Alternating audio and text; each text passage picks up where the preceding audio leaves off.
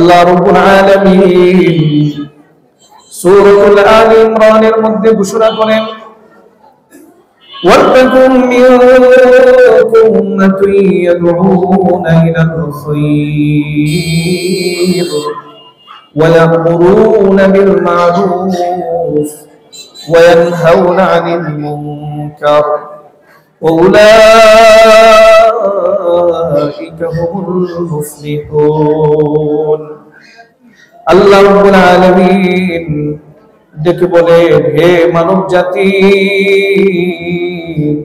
তোমাদের মধ্যে যদি এমন কতগুলো মানুষ থাকতো, এমন একটা জামাত থাকতো, এমন একটা দল থাকতো, এমন কতগুলো মানুষ যদি থাকতো যারা মানুষকে কল্যাণের দিকে আহ্বান করবে, যারা মানুষকে সৎ পথের আদেশ করবে, যারা মানুষকে অসৎ পথ থেকে বারণ করবে।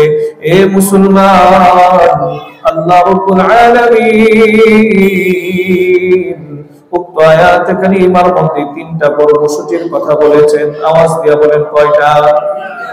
তিনটা কর্মসূচির কথা আল্লাহ রাব্বুল আলামিন উক্ত আয়াতে কারিমার মধ্যে ঘোষণা করেছেন। ঘোষণা করে তিনি বলেন, এক নম্বর হলো যারা মানুষকে কল্যাণের দিকে আহ্বান করবে, দুই নম্বর হলো যারা মানুষকে সৎ পথের আদেশ করবে, তিন নম্বর হলো যারা মানুষকে অসৎ পথ থেকে বারণ করবে। এ পাঁচতলা মুসলমান, আল্লাহ রাব্বুল আলামিন উক্ত আয়াতে কারিমার মধ্যে তিনটা কর্মসূচির কথা বলে বলছেন, যারা এই তিনটা কর্মসূচি পরিপূর্ণভাবে পালন করবে, আল্লাহ রাব্বুল আলামিন বলেন ওই ব্যক্তি সফল কামিয়াব হয়ে যাবে। বলেন না সুবহানাল্লাহ। এই সফলতার দ্বারা কি উদ্দেশ্য?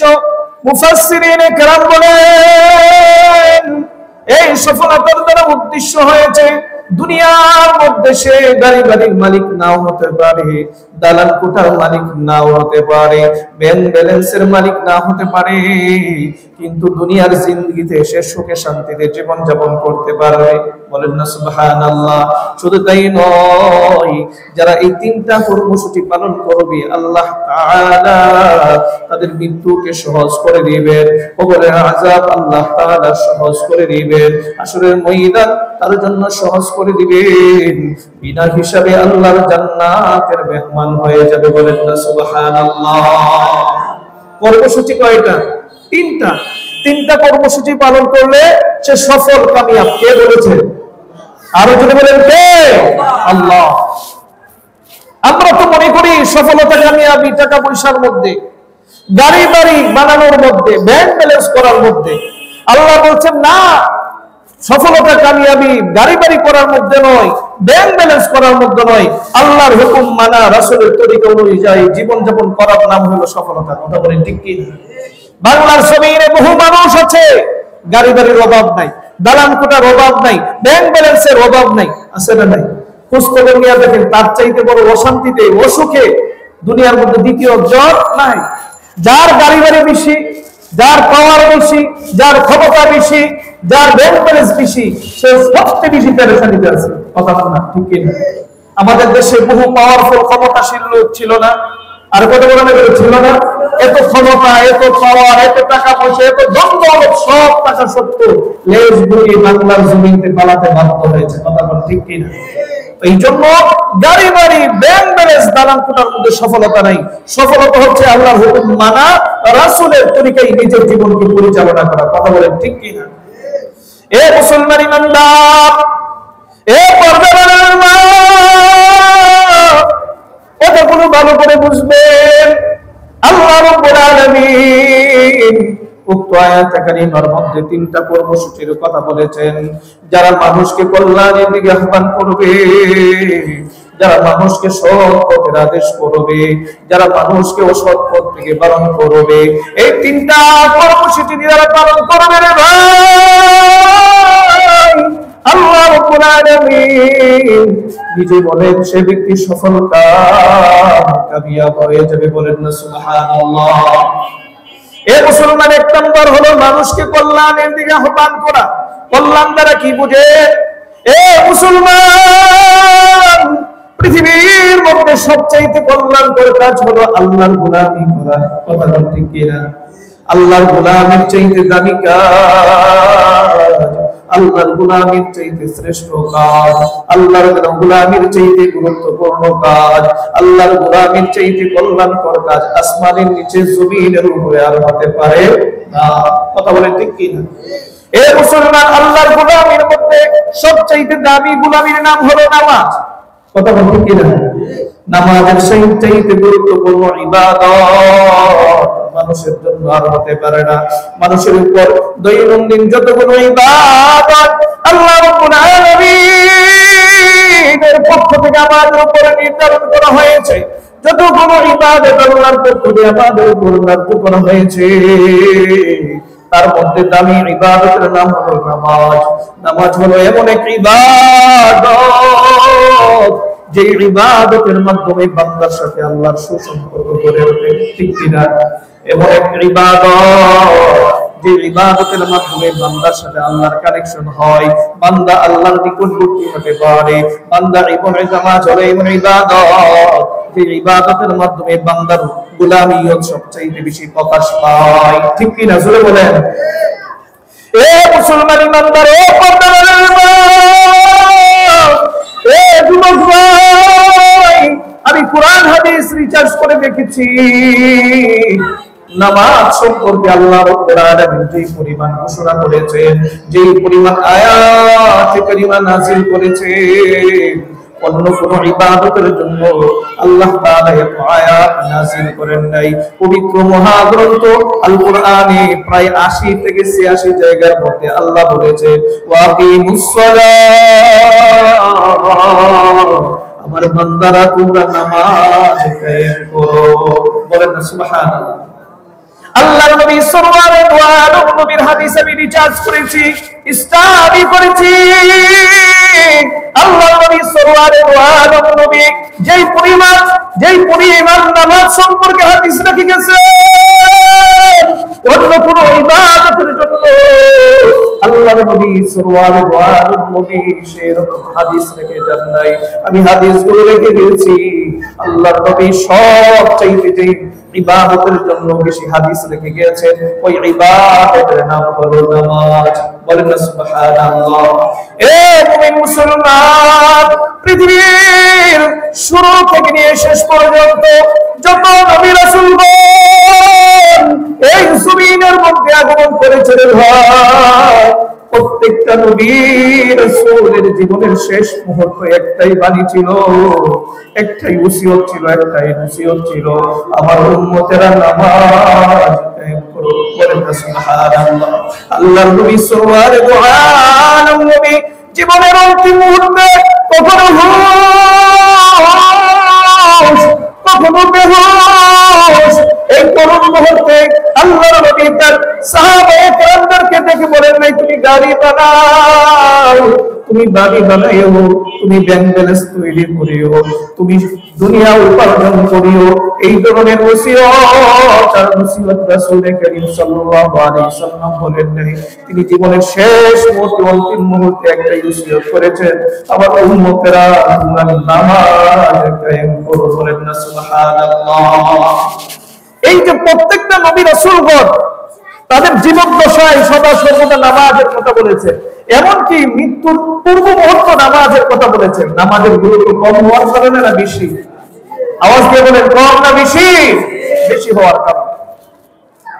আল্লাহ রাব্বুল আলামিন কোরআনে হাকীমের মধ্যে ঘোষণা করেন ওয়া'মুর আহলাকা বিস-সালাতি ওয়াসতাবির আলাইহা লা নাসআলুকা রিজকা নাহনু নারযুকুকা ওয়াল আকিবাতু লিত-তাকওয়া। আল্লাহ রাব্বুল আলামিন নবী আলাইহিস সালাতু ওয়াস সালামকে বলেন, ও আমার হাবিব, আপনি আপনার পরিবার পরিজনকে নামাজের নির্দেশ দেন, আপনি আপনার পরিবারকে নামাজের আদেশ দেন, এবং আপনিও নিজেও নামাজের মধ্যে অবিচল থাকেন। বলেন না সুবহানাল্লাহ। দুঃখের সাথে বলতে হয়, আমাদের সমাজে বহু মানুষ আছে রে ভাই, নিজে নামাজ পড়ে সন্তানকে নামাজের কথা বলে না, আসলে নাই বহু মানুষ নামাজি আছে, নিজে নামাজ পড়ে নিজের সন্তানকে নামাজের কথা বলে নাই, নিজের বিবিকে নামাজের কথা বলে না, নিজের ভাইকে নামাজের কথা বলে না, নিজের বন্ধুকে নামাজের কথা বলে না, নিজের আত্মীয় স্বজনকে নামাজের কথা বলে না। আসলে নাই এ মুসলমান আল্লাহর কসম খেয়ে বলে যায়, যারা নিজের নামাজ পড়ে তার সন্তানকে নামাজের কথা বলে না, সে প্রকৃত বাবা হতে পারে না। যে নিজে নামাজ পড়ে তার বিবিকে নামাজের কথা বলে না, সে প্রকৃত স্বামী হতে পারে না। যে নিজে নামাজ পড়ে তার বন্ধুকে নামাজের কথা বলে না, সে প্রকৃত বন্ধু হতে পারে না। যে নিজে নামাজ পড়ে নিজের ভাইকে নামাজের কথা বলে না, সে প্রকৃত ভাই হতে পারে না। যে নিজে নামাজ পড়ে আত্মীয় স্বজনকে নামাজের কথা বলে না, সে কখনো আত্মীয় স্বজন হতে পারে না। কারণ নামাজ হলো এমন একটি ইবাদত, যে ইবাদত নিজেও করতে হবে, অন্যদেরকে করার জন্য আহ্বান করতে হবে। আল্লাহ বলেন ওয়াকিমুস সালাহ, এখানে বলে নেই যে নামাজ পড়ো, এখানে বলেছেন নামাজ কায়েম করো। কি বলেছেন? নামাজ কায়েম করো।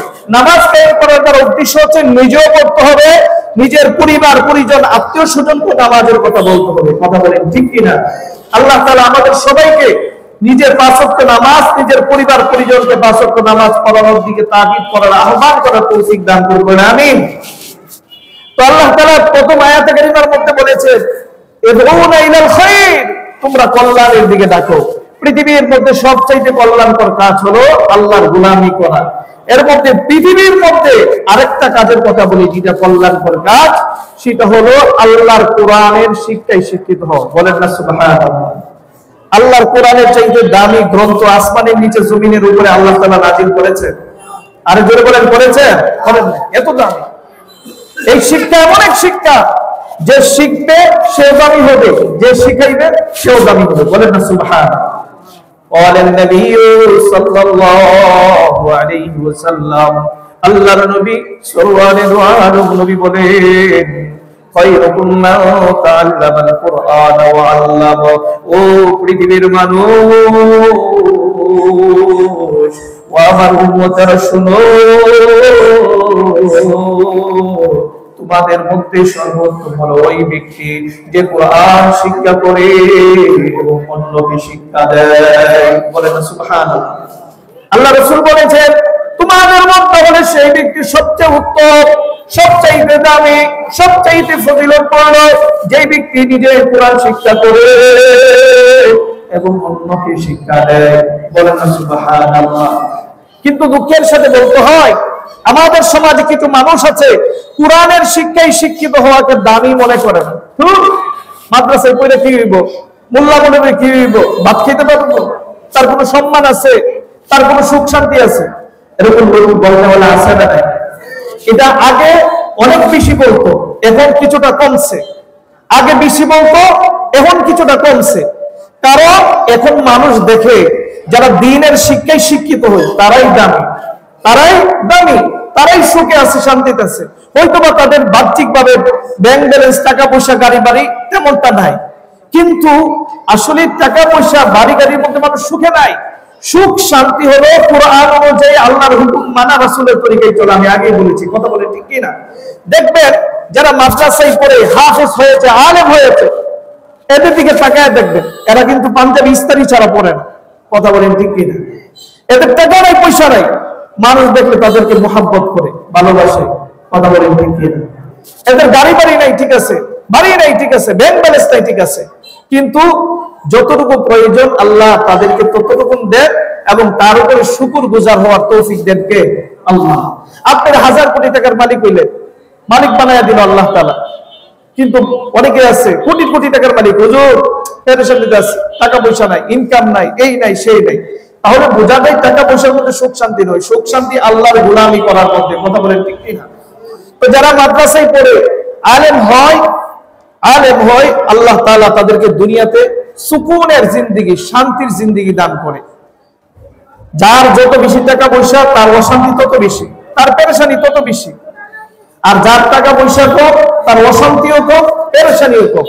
এই জন্য আল্লাহ তাআলা টাকা পয়সা দিয়ে আলেম ওলামাদেরকে পেরেশানিতে ফেলাইতে চান না, বরং টাকা পয়সা কম দিয়ে আলেম ওলামাদেরকে আল্লাহ তাআলা সুকুনের জিন্দেগি, শান্তির জিন্দেগি দিতে চাই। কথা বলেন ঠিক কি না?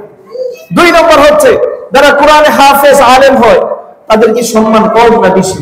আর যদি বলে কম না বেশি? এই যে এখানে তো আমার থেকে অনেক বড় বড় বৃদ্ধ মানুষ আছেন, বয়সে বড় আছেন, টাকা পয়সার দিক থেকে বড়, সম্মানের দিক থেকে বড়, কিন্তু আল্লাহ তাআলা কোরআন মুখস্থ করার কারণে, আলেম হওয়ার কারণে আল্লাহ আমাকে এই চেয়ারে বসাইছেন, আপনাদেরকে নিচে বলেছে। এর দ্বারা আমি আপনাদেরকে ছোট করতে চাই না।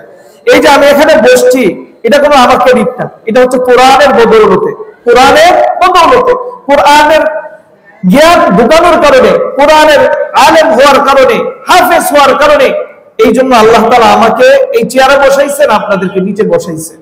তাহলে এই কোরআন হলো এমন এক জিনিস যে নিজের মধ্যে ধারণ করবে, আল্লাহ তাআলা তাকে দুনিয়াতেও দামি বানাবেন, আখিরাতেও দামি বানাবেন। বলেন না সুবহানাল্লাহ। দুনিয়ার দাম তো সচক্ষে দেখেন, আখিরাতের দামটা কিরকম হবে? এ মুসলমান ইমানদার, ও পর্দার মা, এ যুবক ভাই, কার লাগে কথাগুলো শুনি?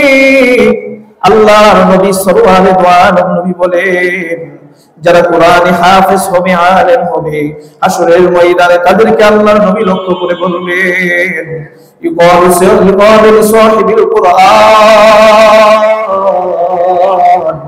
ইকরা ওয়ারতাকি ওয়ারাতিল কামা কুনতা তুরতিলু ফিদ দুনিয়া ফাইন্না মানজিলাকা ইনদা আখিরি আয়াতিন তাকরাউহা। আল্লাহর নবী সাল্লাল্লাহু আলাইহি নবী বলেন, ও আমার উম্মতের দল, আসরের ময়দানে মানুষ যখন অর্ধ হাত সূর্যের নিচে অবস্থান করবে, মানুষ পাগল পাগল হয়ে দৌড়াবে, ইয়া নাফসি বলে চিল্লাইবে। একে অপরকে দেখলে ভাই ভাইকে দেখে পলায়ন করবে, বন্ধু বন্ধুকে দেখে পলায়ন করবে, মা বাবা সন্তানকে দেখে পলায়ন করবে। কেউ কাউকে পরিচয় দিবে না, কেউ কাউকে চিনবে না। কিন্তু কোরআনে হাফেজ যারা, কোরআনে হাফেজ দুনিয়ার জমিনে হয়েছে এবং আমল করেছে, আল্লাহ রাব্বুল আলামিন ওই কোরআনে হাফেজকে বলবে না। বলেন না সুবহানাল্লাহ। আল্লাহ ডেকে বলবেন, ও কোরআনে হাফেজ, ও কোরআনে হাফেজ, দুনিয়াতে যেমনি ভাবে তুমি আমার কোরআন পড়েছো,